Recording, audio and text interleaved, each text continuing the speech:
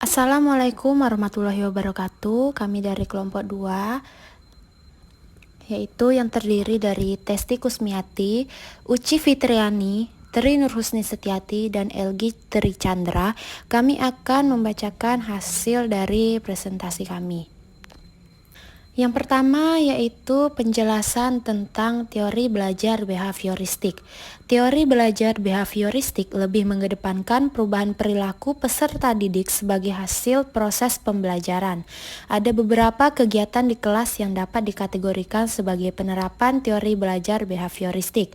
Antara lain, yang pertama, guru harus menyusun materi atau bahan ajar secara lengkap, dimulai dari materi sederhana sampai kompleks. Yang kedua, guru lebih banyak memberikan contoh berupa instruksi selama mengajar. Yang ketiga, saat guru melihat ada kesalahan, baik pada materi maupun pada siswa, maka guru akan segera diperbaiki. Yang keempat, guru memberikan banyak drilling atau latihan agar terbentuk perilaku atau pembiasaan seperti yang diinginkan. Yang kelima, yaitu evaluasi berdasarkan perilaku yang terlihat. Yang keenam, guru dituntut memiliki kemampuan memberikan penguatan atau reinforcement baik dari sisi positif dan negatif. Yang kedua yaitu teori kognitif sosial. Teori ini lebih menonjolkan gagasan bahwa sebagian besar pembelajaran manusia terjadi dalam sebuah lingkungan sosial. Penerapan teori kognitif sosial di pembelajaran dalam kelas yaitu seorang guru harus dapat menciptakan kondisi suasana yang ringan dan menarik dengan cara memberikan materi dengan model pembelajaran yang bervariasi agar seorang siswa tidak jenuh saat pembelajaran. Belajar memberikan ruang bagi siswa untuk terjadi proses berpikir, emosional, dan fisik. Contoh aktivitas berpikir misalnya mengidentifikasi, membandingkan, menganalisis, dan sebagainya. Sedangkan yang termasuk aktivitas emosional misalnya semangat, sikap, positif terhadap belajar, motivasi, keriangan, dan lain-lain. Selain itu, bisa juga dengan cara memberikan pertanyaan-pertanyaan ketika proses pembelajaran langsung, mengerjakan latihan pada setiap akhir suatu bahan, membentuk kelompok belajar, dan menerapkan pembelajaran kontekstual, kooperatif, dan kolaboratif. Kemudian selanjutnya yaitu teori belajar konstruktivisme. Teori ini lebih mengedepankan kegiatan mencipta serta membangun dari sesuatu yang telah dipelajari. Adapun penerapan teori konstruktivisme di dalam kelas yaitu dengan cara yang pertama, mendorong kemandirian dan inisiatif siswa dalam belajar. Yang kedua, guru mengajukan pertanyaan terbuka dan memberikan kesempatan beberapa waktu kepada siswa untuk merespon. Yang ketiga, mendorong siswa berpikir tingkat tinggi. Yang keempat, siswa terlibat secara aktif dalam dialog atau diskusi dengan guru dan siswa lainnya. Yang kelima, siswa terlibat dalam pengalaman yang menantang dan mendorong terjadinya diskusi. Dan yang keenam, guru menggunakan data mentah, sumber-sumber utama, dan materi-materi interaktif. Kemudian selanjutnya, model-model pembelajaran yang cocok dalam teori belajar konstruktivisme. Yang pertama yaitu inquiry learning. Pembelajaran inquiry menekankan kepada aktivitas siswa secara maksimal untuk mencari dan menemukan. Yang kedua, seluruh aktivitas yang dilakukan siswa diarahkan untuk mencari dan menemukan jawaban sendiri dari sesuatu yang dipertanyakan, sehingga diharapkan untuk dapat menumbuhkan sikap percaya diri. Yang ketiga, tujuan dari pembelajaran inquiry yaitu mengembangkan kemampuan berpikir secara sistematis, logis, dan kritis, atau mengembangkan kemampuan intelektual sebagai bagian dari proses mental. Kemudian yang kedua yaitu discovery learning. Yang pertama, guru mulai bertanya dengan mengajukan persoalan atau menyuruh anak didik membaca uraian yang memuat permasalahan.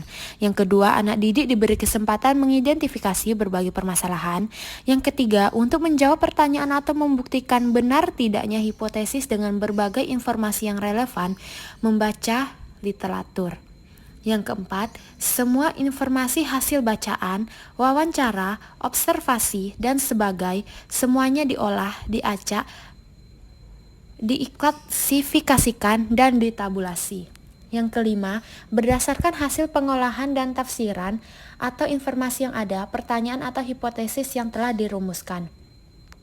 Yang keenam, tahap selanjutnya berdasarkan hasil verifikasi tadi, anak didik belajar menarik kesimpulan atau generalisasi tertentu. Kemudian selanjutnya Jigsaw. Model pembelajaran Jigsaw adalah model pembelajaran yang dirancang untuk meningkatkan rasa tanggung jawab siswa terhadap pembelajarannya sendiri dan juga pembelajaran orang lain. Setiap siswa tidak hanya harus mempelajari materi yang menjadi tanggung jawabnya, tetapi juga harus siap memberikan dan mengajarkan materi tersebut kepada anggota kelompoknya. Metode ini melatih kemampuan kognitif maupun sosial siswa yang sangat diperlukan di dalam bermasyarakat. Selanjutnya yaitu rencana untuk meningkatkan motivasi para siswa yang ada di kelas dengan gambaran sebagai berikut. Yang pertama, Tania 7 tahun memiliki kemampuan rendah dan keinginan yang rendah untuk sukses. Berdasarkan teori Piaget, maka Tania telah memasuki fase tahap perkembangan operasional konkret, yaitu ditandai dengan perkembangan pemikiran yang terorganisir dan rasional. Dikarenakan Tania telah memasuki tahap pemikiran yang rasional, maka untuk memberikan motivasi kepada Tania dapat dilakukan dengan 1. Mengajak Tania berbincang secara personal apa saja hal-hal yang ia sukai sehingga bisa menimbulkan perasaan bersemangat dan apa yang tidak ia suka. Yang kedua, memberikan arahan serta manfaat giat belajar agar kelak bisa menjadi seorang yang sukses. Yang ketiga, menampilkan gambar orang-orang sukses serta cara untuk dapat menjadi seperti mereka yang ada di gambar. Yang keempat, memberikan bimbingan secara sabar dan bertahap hingga kemampuan Tania meningkat. Dan yang kelima, memberikan pujian ketika Tania berhasil menyelesaikan sesuatu.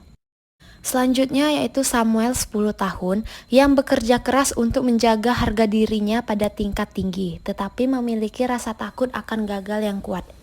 Sama seperti Tania, pada saat ini Samuel berada pada tahap operasional konkret, maka untuk memberikan motivasi kepada Samuel dapat dilakukan dengan yang pertama, mengajak Samuel berbincang secara personal apa yang menyebabkan ia memiliki rasa ketakutan akan kegagalan yang begitu kuat.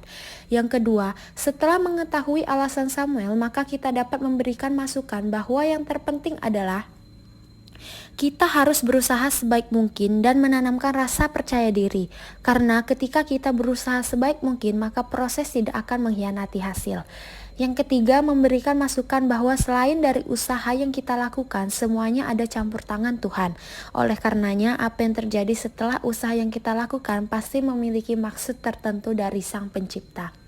Dan yang keempat, mengajak Samuel untuk selalu menanamkan cara berpikir positif karena apa yang terjadi sangat dipengaruhi oleh pikiran yang kita miliki.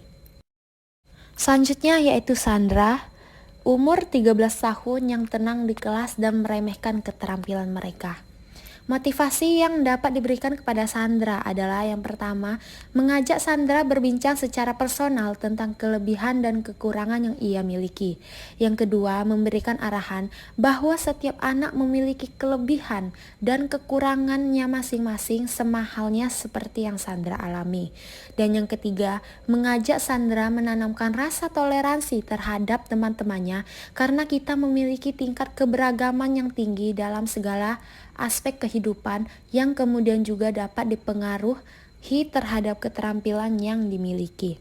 Kemudian selanjutnya, Robert berumur 16 tahun yang menunjukkan sedikit minat di sekolah dan saat ini tinggal bersama dengan bibinya.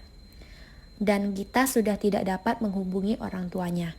Motivasi yang dapat diberikan kepada Robert yaitu dengan cara yang pertama, mengajak Robert berbincang secara personal mengenai apa yang membuat ia kurang termotivasi untuk bersekolah. Yang kedua, menyesuaikan rancangan yang berpedoman dengan teori behavioristik dengan alasan bahwa Robert harus diberikan interaksi psikologi dan memberikan stimulus yang mengajak ke tingkah laku yang positif agar Robert dapat terpacu untuk berminat dan bersemangat bersekolah serta belajar. Kemudian yang ketiga, berdasarkan kajian teori behavioristik ini, guru dapat mengasesmen siswa tersebut dengan berpedoman pada masa lalu dan kemudian memberikan hasil asesmen untuk diolah dan diberikan stimulus yang membangun bersama dengan bibinya agar Robert mendapatkan pendampingan yang ekstra baik dari bibi maupun guru sehingga dapat membangkitkan motivasi belajarnya dan minat bersekolah dapat teratasi dengan lebih baik. Dengan kesimpulannya, yang nyata bahwa Robert dapat diberikan konseling yang baik dan dapat meningkatkan prestasi belajar dengan merubah perilaku agar respon Robert dapat dilanjutkan dengan adanya pemberian stimulus guru. Baiklah, itulah hasil dari presentasi dari kelompok 2. Kami ucapkan terima kasih, mohon maaf apabila ada kesalahan dari apa yang kami sampaikan. Kami akhiri, wassalamualaikum warahmatullahi wabarakatuh.